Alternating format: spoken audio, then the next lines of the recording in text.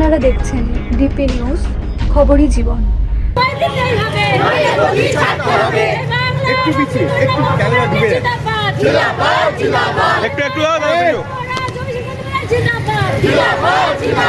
আইপ্যাকের দপ্তরে ইডির হানার প্রতিবাদে বিক্ষোভ তৃণমূল কর্মীদের।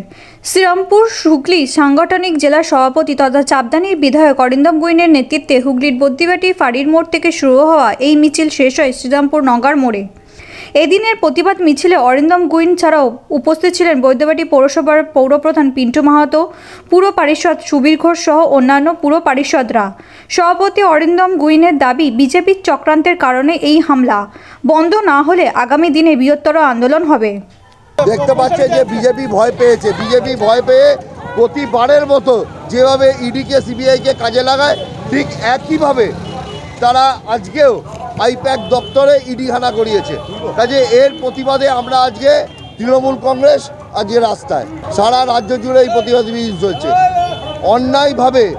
অন্যায়ভাবে যদি এইভাবে যেসব এজেন্সিগুলো আছে, ইডি হোক, সিবিআই হোক, ইসিআই হোক, তাদের যখন বিজেপি কাজে লাগাচ্ছে তার প্রতিবাদে আমরা সাধারণ মানুষ আজকে রাস্তায় পায়ে পা বেরাচ্ছে।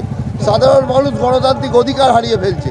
যে একটা রাজনৈতিক দল তারা তাদের ইচ্ছা মতো তারা তাদের সমস্ত সংস্থাকে কাজে লাগাচ্ছে, এটা সাধারণ মানুষ মানবে না। এবং তদন্ত করছে, তদন্ত করুক, তাতে কোনো আপত্তি নেই। কিন্তু যেখানে আমাদের দেখা যাচ্ছে যে মমতা ব্যানার্জি স্বয়ং তিনি পৌঁছেছেন, সেখানে দেখা যাচ্ছে যে ফাইলটা হাতে সেটা পার্টির দলীয় পার্টির যেসব আমাদের ক্যান্ডিডেটদের নাম আছে, অন্যান্য যে আছে সেই তথ্যগুলো তারা নেওয়ার চেষ্টা করছে।